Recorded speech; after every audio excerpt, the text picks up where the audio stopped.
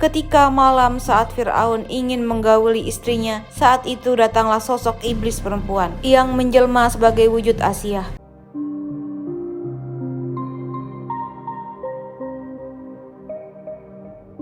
Assalamualaikum warahmatullahi wabarakatuh.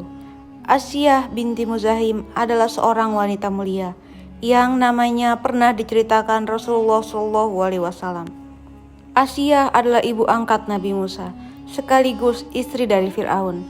Asiyahlah yang menyelamatkan Musa kecil ketika dihanyutkan ibu kandungnya di sungai. Rasulullah SAW pernah bersabda, pemuka wanita ahli surga ada 4. Ia adalah Maryam binti Imran, Fatimah binti Rasulullah, Hadijah binti Huwailid, dan Asiyah istri Fir'aun. Hadis riwayat Hakim dan Muslim.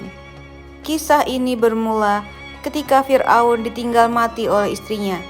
Jadi saat itu dia merasa kesepian dan ingin mencari istri yang baru. Kemudian pada suatu hari, Fir'aun memerintahkan kepada salah seorang menterinya yang bernama Haman untuk datang dan melamar seorang perempuan yang bernama Asiyah. Tapi saat itu lamaran dari Fir'aun ditolak oleh Asiyah karena Asiyah tahu bahwa Fir'aun atau Raja Mesir ini adalah orang yang buruk sifatnya. Dia mengaku sebagai Tuhan dan seluruh rakyatnya saat itu wajib untuk menyembahnya. Mengetahui lamarannya ditolak, Fir'aun pun menjadi marah. Akhirnya, Fir'aun mengutus bala tentaranya untuk menangkap orang tua Asiyah. Mereka pun dipenjara dan disiksa di sana. Fir'aun adalah raja zalim. Dia berpikir dia adalah penguasa dunia dan dia berhak untuk melakukan apa saja yang dia mau. Tapi dengan sifat yang sombong itu, dia tidak mampu mendapatkan hati dari Asiyah. Kemudian Fir'aun pun memaksa Asiyah untuk menikah dengannya. Padahal Asiyah sudah menolaknya dengan tegas. Bahkan Asiyah berkata, "Aku tak sudi dinikahi Fir'aun. Dia adalah raja yang ingkar kepada Allah Subhanahu wa Ta'ala." Tapi entah bagaimana ceritanya, entah itu Fir'aun mengancam untuk membunuh orang tua dari Asiyah atau karena hal yang lain. Pada akhirnya Asiyah pun terpaksa harus menikah dengan Fir'aun. Asiyah binti Muzahim adalah salah satu contoh yang bisa diteladani oleh orang-orang yang beriman, khususnya kaum wanita. Hubungan antara Asiyah dan Fir'aun yang kafir tidak menjadi mudarat bagi Asiyah sedikit pun, karena Asiyah memanglah memisahkan diri dengan suaminya dalam kekafiran. Lantas, bagaimana saat Fir'aun menggauli istrinya? Apakah Aisyah menolak permintaan suaminya yang zalim itu? Dalam sebuah kisah disebutkan, ketika malam saat Fir'aun ingin menggauli istrinya, saat itu datanglah sosok iblis perempuan yang menjelma sebagai wujud Asiyah. Sebenarnya, setiap kali Fir'aun menggauli istrinya, itu bukanlah sosok Asiyah, istri Fir'aun yang sesungguhnya. Karena kemuliaan wanita yang menjadi istri Fir'aun ini sudah dijaga oleh Allah Subhanahu wa Ta'ala, agar tidak disentuh kesuciannya oleh penguasa sekaligus raja zalim seperti Fir'aun. Dan Allah membuat perumpamaan bagi orang-orang yang beriman, istri Fir'aun, ketika dia berkata, "Ya Tuhanku, bangunkanlah untukku sebuah rumah di sisimu dalam surga, dan selamatkanlah aku dari Fir'aun dan perbuatannya, dan selamatkanlah aku dari kaum yang zalim." Al-Quran Surat At-Tahrim ayat 11. Asiyah merupakan seorang wanita yang secara diam-diam beriman kepada syariat Nabi Musa alaihissalam. Asiyah ini pula menyembunyikan keimanannya di hadapan Fir'aun, karena di waktu itu Fir'aun ini mengaku Tuhan yang wajib disembah oleh semua orang. Fir'aun suaminya ini terkenal kejam dan akan melakukan apapun untuk seseorang yang tak mau menyembahnya.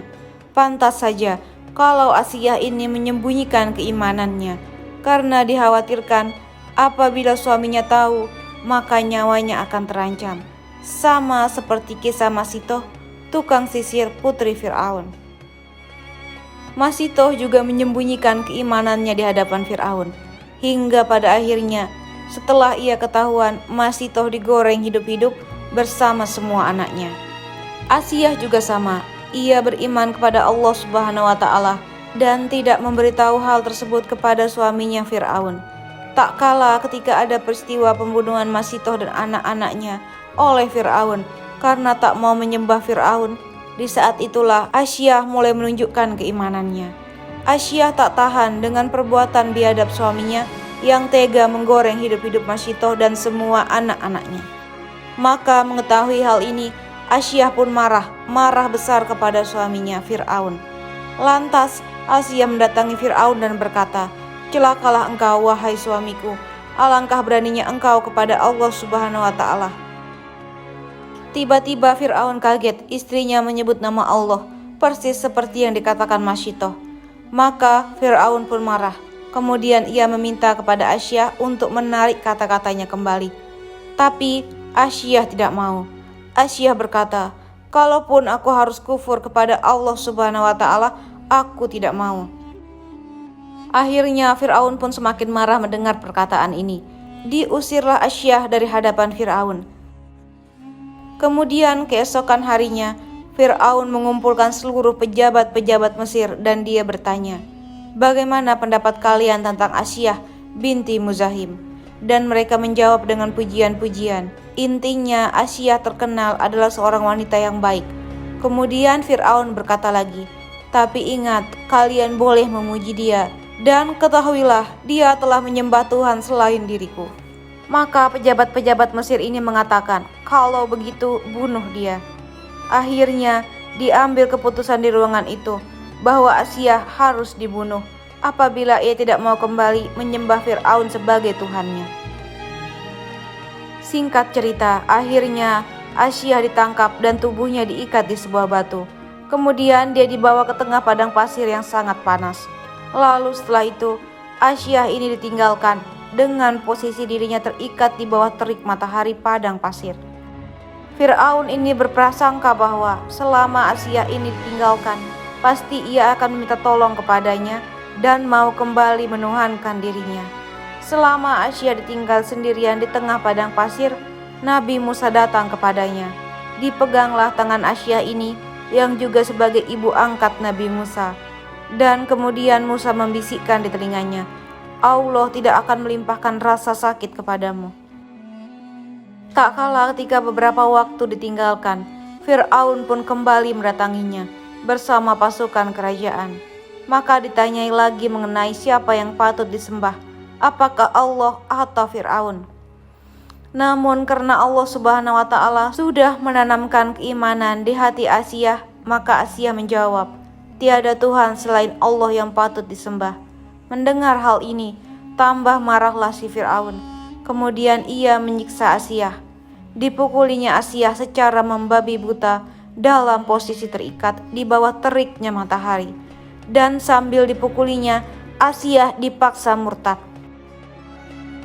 Tapi dia tidak mau, sampai-sampai pakaian Asyah binti Muzahim terlepas sebagian karena siksaan dari Fir'aun ini. Karena kabar yang dibisikkan Musa kepada Asyah, selama Asyah mengalami penyiksaan, ia tidak merasakan sakit. Malah Asyah tersenyum dan tertawa ketika disiksa Fir'aun.